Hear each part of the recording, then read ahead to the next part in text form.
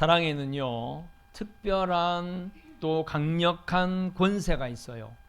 사랑을 하면 그 내면이 부정적이고 비관적이고 이기적인 생각들이 사라지게 되어 있습니다. 사랑이 내 안에 들어오면 나쁜 것은 사라지고 좋은 것만 남게 된다는 거죠. 다르게 말씀을 드리면 인간을 타락시키는 사단의 그 음흉한 계획가 사랑을 할 때 내 안에서 사라지게 되는 거죠. 다른 힘보다도 사랑의 힘에는 바로 이 권세가 있습니다. 세상과 인간을 더럽히는 것을 물리치는 힘, 이것이 사랑의 힘입니다. 저는 우리 사랑하는 성도님들이 이 힘을 가지시기를 주님의 이름으로 축원드립니다. 예수님은 사랑을 위해서 이 땅에 오셨어요. 예수님이 하신 모든 일이 다 사랑입니다. 여러분들이 복음서를 보면서 예수님께서 이 일을 왜 하셨지? 예수님께서 이 말씀을 왜 하셨지? 그 질문에 대한 정답은 100% 사랑입니다. 사랑하기 때문에 그 일을 하신 것이고 사랑하기 때문에 그 말씀을 하신 것이다라는 거죠. 예수님의 사역의 첫 번째는 제자를 삼는 거였어요. 제자를 부르시는, 제자를 세우시는 그 일을 하셨는데요. 이 제자 삼는 일 또 우리에게도 지상명령으로 주셨죠. 아버지와 아들과 성령의 이름으로 세례를 주고 제자를 삼아라. 이거 우리에게 주신 사명입니다. 제자를 삼고 세우는 것도요, 사랑이 없으면 불가능한 거예요. 제자를 둔다는 것 자체가 사랑입니다. 지금같이 이기적인 세상에서 다 자기가 높아지기를 원하죠. 그런데 누가 자기가 가지고 있는 지식, 자기의 삶, 이러한 것들을 누군가에게 나눠줄 수 있겠어요? 제자를 삼는다는 것 자체가 사랑이라는 사실입니다. 그래서 우리가 예수님이 왜 제자 삼으셨지? 정답은 뭐라고요? 사랑입니다. 사랑이에요. 예수님은 어떤 사람들을 제자로 삼으셨습니까? 신약 성경에 보면 12명이 등장하죠. 저는 여러분들이 가능하면 예수님의 12명의 제자를 좀 외우셨으면 좋겠다, 그런 생각이 듭니다. 왜냐하면 그 제자들을 외우고 그 제자들을 암송할 때 우리 안에 오는 도전이 있어요. 나는 어떤 제자가 될 것인가? 나는 어떤 제자와 흡사한 삶을 살고 있나? 또 이런 영적인 도전이 우리에게 생긴다는 거죠. 오늘 우리가 읽은 본문에도요, 상세하게 12명이 다 등장하고 있습니다. 좀 주의해야 할 점이 있는 것은 야고보가 2명이에요. 하나는 세베대의 아들 요한의 형제 야고보이고 이름이 똑같아서 또 한 명은 알페오의 아들 야고보라고 기록되어 있습니다. 시몬도 사실 2명이에요. 베드로의 원래 이름이 시몬입니다. 근데 예수님께서 반석이라는 뜻을 가진 베드로라고 하는 이름을 예수님이 지어주신 거예요. 그리고 이제 오늘 본문에도 나오지만 또 다른 시몬, 가나나인 또는 셀롯인 또는 열심당원, 이렇게 표현되어져 있는 또 다른 시몬이 성경에 등장합니다. 한때 저희가 예수님의 12제자들을 한 달에 한 명씩 집중적으로 수요 예배 때 살펴본 적이 있어요. 베드로나 야고보나 요한 이런 사람들은 워낙 성경에 정보가 많아요. 많은 활동을 했으니까. 그래서 우리가 살펴볼 때 선별해서, 전부 다 살펴보기가 어려우니까 너무 정보가 많아서 선별해서 살펴보았는가 하면, 또 어떤 사람은, 어떤 제자는 성경에 정보가 별로 없어요. 그가 활동한 내용이 많지 않습니다. 그래서 한 절 가지고 막 두 주씩, 3주씩 이렇게 살펴본 사람도 있었습니다.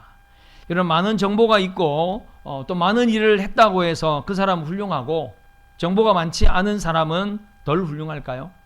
사람은 그렇게 평가하면 안 됩니다. 많은 사람들에게 알려지고 뭔가 많은 일을 한 것처럼 드러난 사람, 그 사람만이 훌륭한 사람일까요? 그럼 예수님의 제자들은 베드로가 제일 훌륭하고 나머지 이름밖에 안 나오는 사람은 훌륭하지 않은 사람이 되는 것이요. 그런데 그렇지 않습니다. 주어진 삶과 역할에 얼마나 최선을 다했는가. 그리고 누가 훌륭한가 훌륭하지 않은가의 결정은 우리가 할 수 없고요. 또 하나님께서도 아마 인간적인 어떤 이런 생각으로 네가 더 훌륭하다, 네가 더 훌륭하다 이런 말씀은 안 하시지 않을까. 그 사람에게 맞는 은사를 주셨고 그 사람에게 적합한 환경이 주어지고 또 그곳에서 최선을 다했다면 저는 하나님 앞에서 누가 더 낫고 누가 더 부족한 사람이 있겠나 그런 생각이 듭니다. 복음서에서야 제자들이 등장하지 사실 서신서로 가보면 예수님의 제자들 거의 등장 안 하잖아요. 다 바울의 이야기고 다 세워진 교회들에 대한 이야기이지 않습니까? 바로 그런 때 저는요, 예수님의 제자들이 정말 이름도 없고 빛도 없이 아무도 알아주지 않는 곳에 가서 복음을 전하지 않았을까? 우리가 잘 알고 있는 도마 같은 경우에는 인도에 가서 복음을 전했다. 저희 친구들도 인도에 선교사가 여러 명 있는데요. 그 선교사들이 인도에서 선교를 하는데 놀랍다는 사실이죠. 인도는 카스트 지조가 있잖아요. 힌두교가 그 나라에서 시작됐습니다.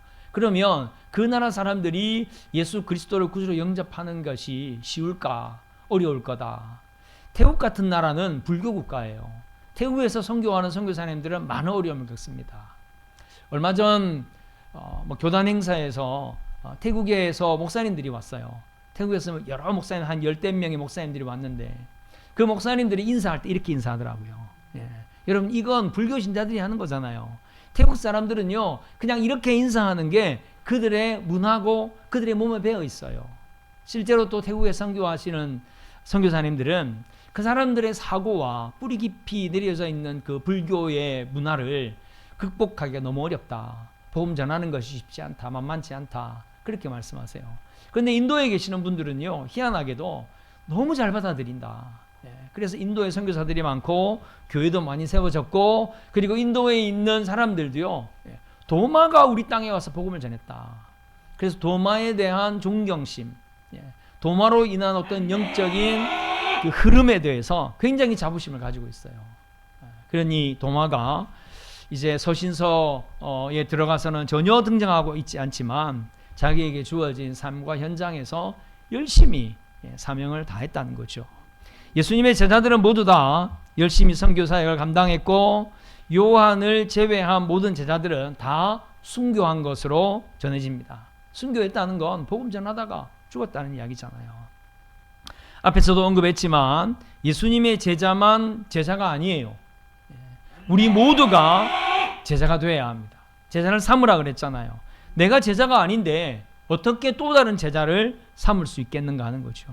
이 사명이 우리에게 주어졌다는 것을 우리는 잊어서는 안 됩니다. 제자가 된다는 것은 매우 영광스러운 일 아닐 수가 없어요.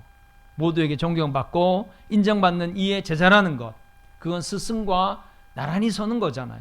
우리가 예수님의 제자다 이렇게 고백하면 우리가 있는 그곳에 늘 주님이 계시는 것이고, 내 삶을 통해서 주님이 영광 받으시니 이보다 더 성숙하고 훌륭한 삶은 그리스도인에게 없을 수 있는 거죠. 하물며 나로 인해서 누군가가 예수 그리스도의 제자가 됐다. 이건 아마 한 영혼을 구원하는 것 못지않은 큰 상급이 분명히 우리에게 있으리라고 생각합니다. 오늘 본문에는요, 12명의 제자가 등장하죠. 그 제자들에게 예수님께서 제자들이 해야 할 일을 가르쳐 주세요. 단지 가르쳐 주시는 게 아니라 권능을 주십니다. 능력을 주세요. 하지만 거기에는 배신한 가룟 유다까지 역시 등장하고 있습니다.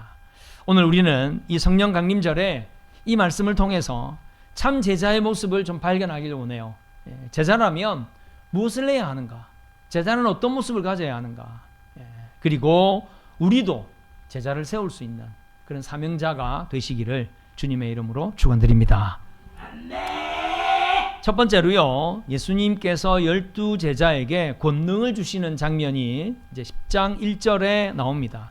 예수께서 그의 12제자를 부르사 더러운 귀신을 쫓아내며 모든 병과 모든 약한 것을 고치는 권능을 주시니라. 여러분, 12이라고 하는 숫자에 어떤 의미가 있을까요? 신학적으로 성경에는 이 12에 대한 숫자가 많이 나와요. 맨 처음 등장하는 곳은 야곱의 12아들. 야곱의 12아들이 이스라엘의 12지파가 됩니다. 12지파. 그리고 이제 예수님의 12제자가 나오고요. 여러분, 요한계시록을 읽어보면 이 12라고 하는 숫자가 굉장히 많이 등장해요. 그래서 이 10이라고 하는 숫자는 하나님께서 세우시는 하나님의 온전한 나라, 또 생육과 번성함을 의미하는 야곱의 12아들을 통해서 이스라엘의 12지파, 이스라엘의 수많은 그 민족을 이루지 않습니까? 예수님의 12제자를 통해서 땅끝까지 복음이 전해져서 수많은 교회가 세워지고 오늘날 이렇게 부흥의 역사가 일어나지 않았습니까?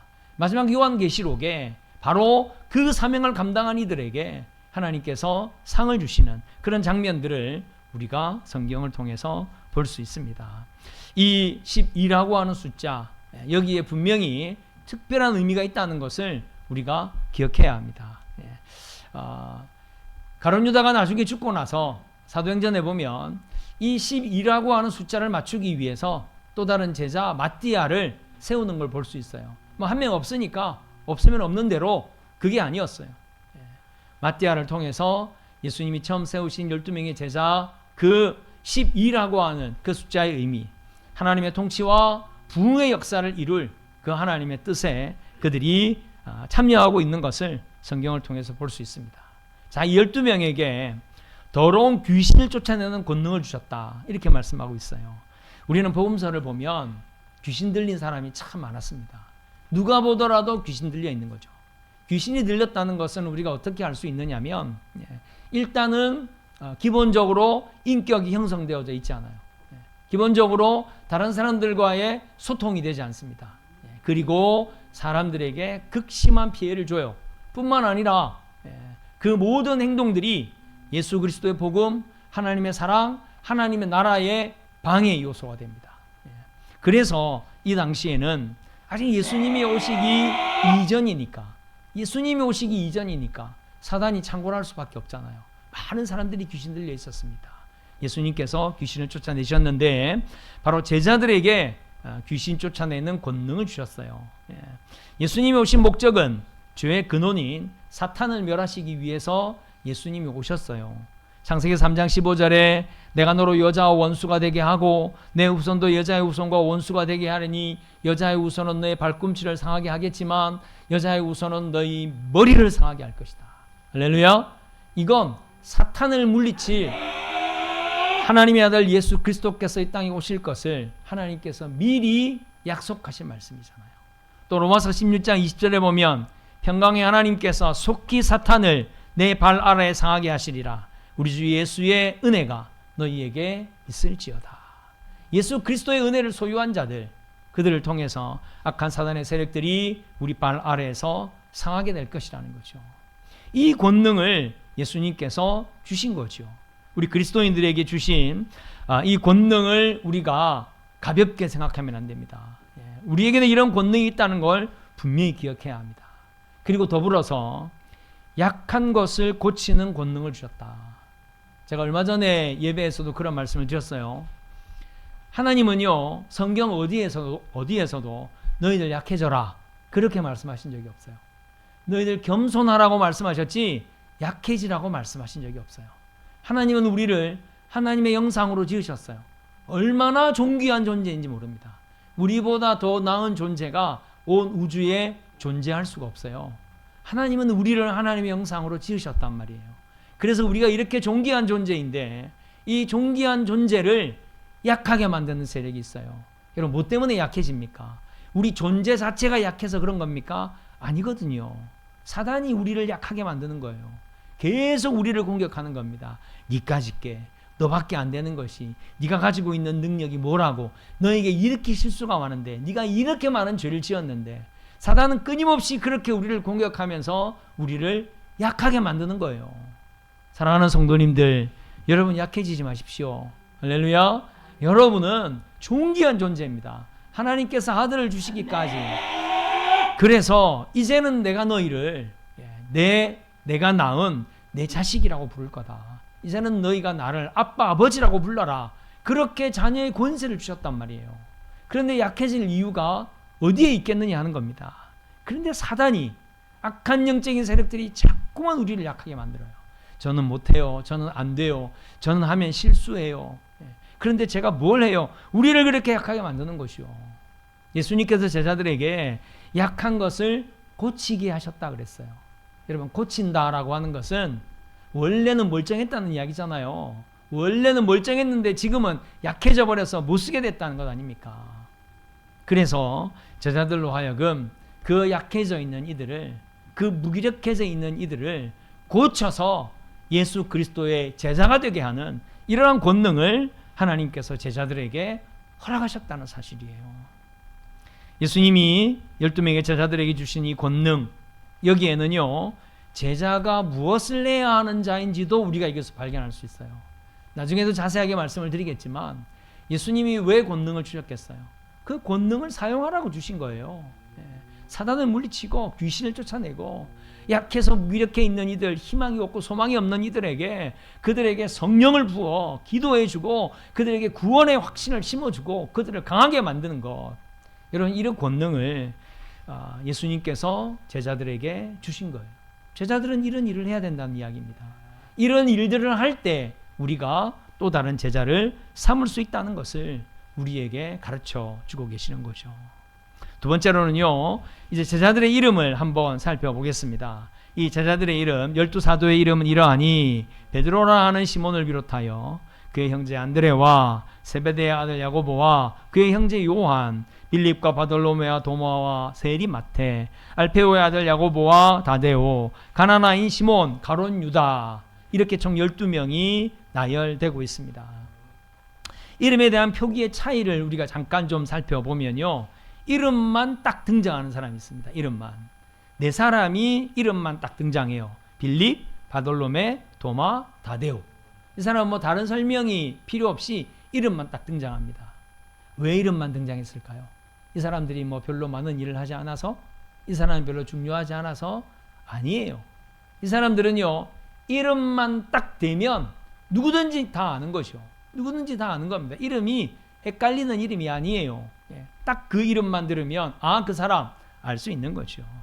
또 부모님이 표기된 두 명의 야고보가 아까도 말씀을 드렸죠. 알페오의 아들 그리고 세베대의 아들. 이 이름이 똑같으니까 그 이름을 서로 구분하기 위해서 부모님의 이름을 사용해서 구분했어요. 형제 관계가 표기된 사람도 있죠. 베드로의 형제 안드레, 또 야고보의 형제 요한. 아마 이 이름도 그 당시에 흔했던 이름일 가능성이 높죠. 그런데 이 사람들이 누구의 형제다 이렇게 표현하고 있습니다. 유일하게 출신 지역으로 표기된 사람이 바로 시몬이에요. 가나나인, 어떤 곳에는 셀롯인, 이렇게 그 출신 지역을 또 표기하면서 그 사람의 어떤 정체성을 표시하고 있습니다. 여러분, 마가복음 3장과 누가복음 6장에도요, 예수님이 12제자가 다 나와요. 12제자 이름이 다 나옵니다. 근데 오늘은 마태복음이잖아요. 이 세 군데 예수님의 12제자가 나열이 되어 있는데 조금의 차이가 있습니다. 아주 미묘한 차이가 있어요. 그게 뭐냐면 마가복음과 누가복음에는 순서도 다 비슷합니다. 순서도 다 비슷한데 이 마태와 그리고 도마의 순서가 오늘 본문과 순서가 달라요. 다른 본문에서는 마태를 먼저 세우고 그 다음에 도마를 세웠어요. 그런데 오늘은 본문에는 보면 도마와 세리 마태 이렇게 기록되어 있습니다. 여러분, 이거 뭐 아무것도 아닐 수도 있어요. 아주 미세한 차이일 수도 있습니다. 그런데 오늘 이 본문은 어디에 있는 본문이에요? 마태복음이잖아요. 마태가 쓴 거지 않습니까? 마태는요, 도마보다 자기의 이름을 뒤로 옮겨 놓습니다. 그리고 다른 사람들은 어느 누구도 직업을 표기하고 있지 않아요. 그런데 마태는요, 자기가 쓴 복음서에 자기를 표현하면서 도마보다도 뒤에다가 위치를 시키고 뿐만 아니라 자기가 세리였다는 것을 표기합니다.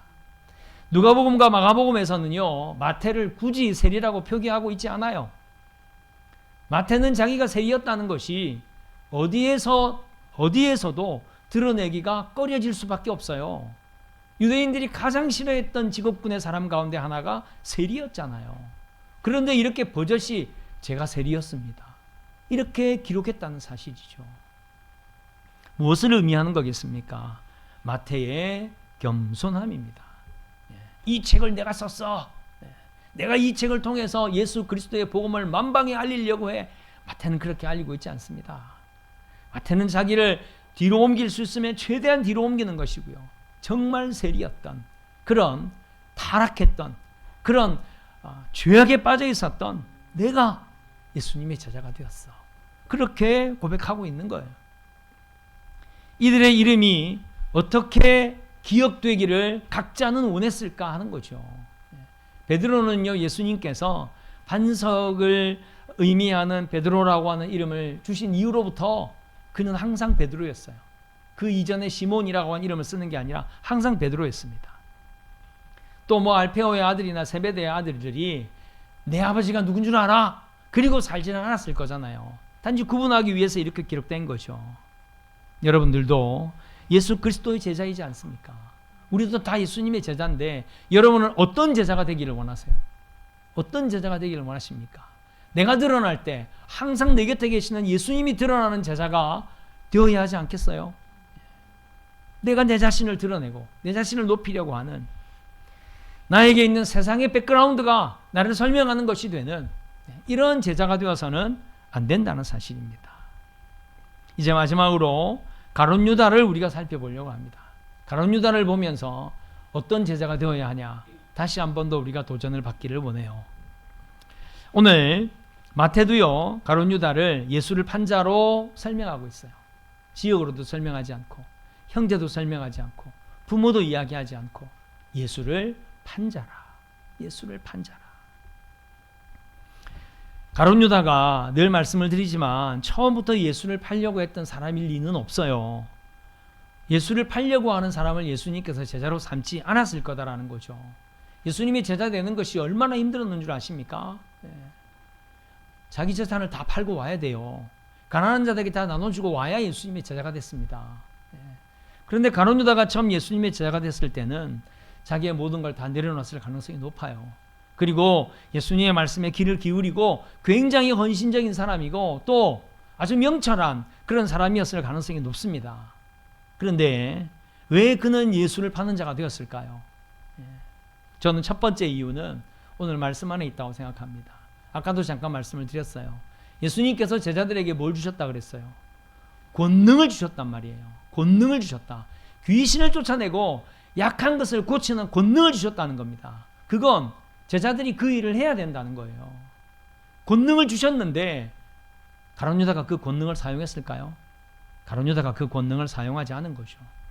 그 권능을 통해서 약한 자들을 돌아보고 그 권능을 통해서 귀신에게 사로잡혀 있는 이들에게 자유함을 주는 이 일을 가룟 유다가 하지 않았다는 사실입니다. 그 권능을 외면한 거예요. 가룟 유다는 오직 인간적인 생각과 인간적인 판단, 돈에 대한 욕심에 사로잡혀 있었던 거죠.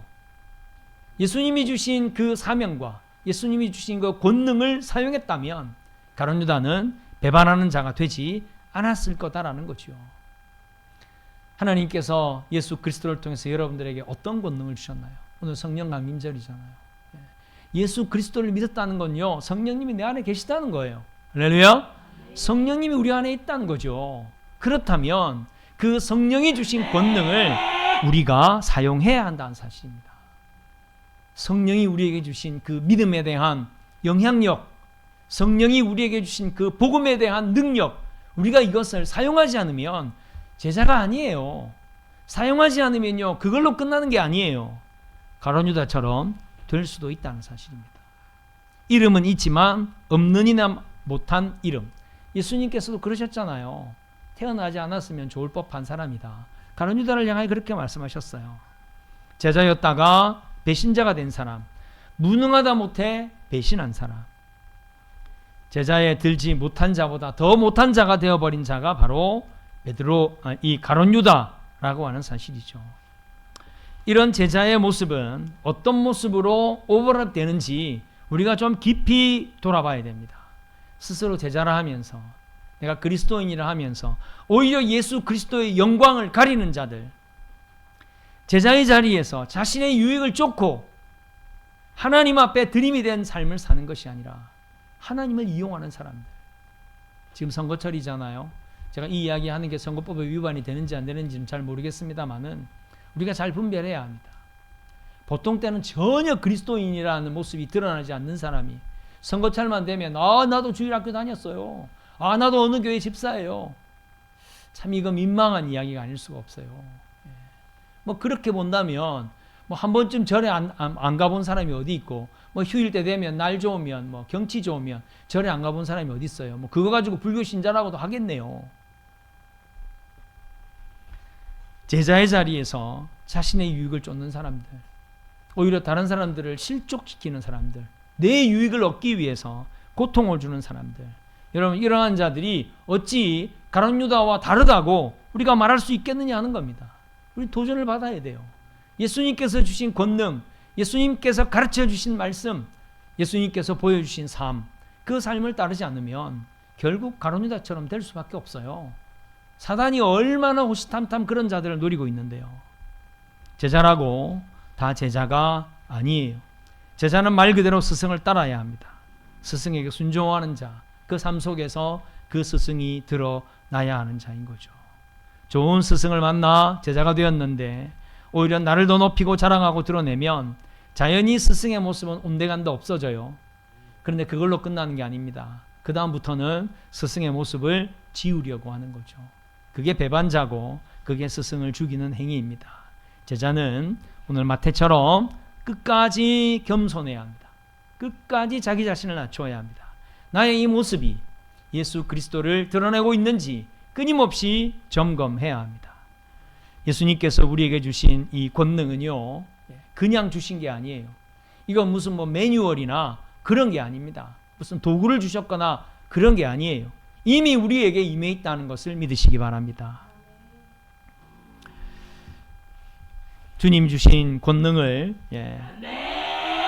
사용하고 충성을 다해야 합니다. 이 마태는 나중에 어떤 사역을 했나 고고학자들이 살펴보니까 아프리카 이디오피아에 복음을 전거했다, 이런 기록이 있어요.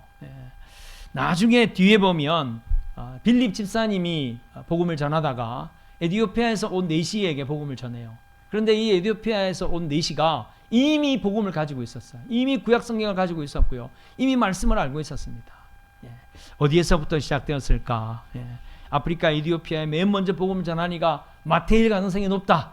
성경학자들은 그렇게 이야기합니다. 그리고 결국 마태도 순교했습니다. 끝까지 제자로 살았다는 이야기죠. 사랑하는 성도 여러분, 제자가 되시기 바랍니다.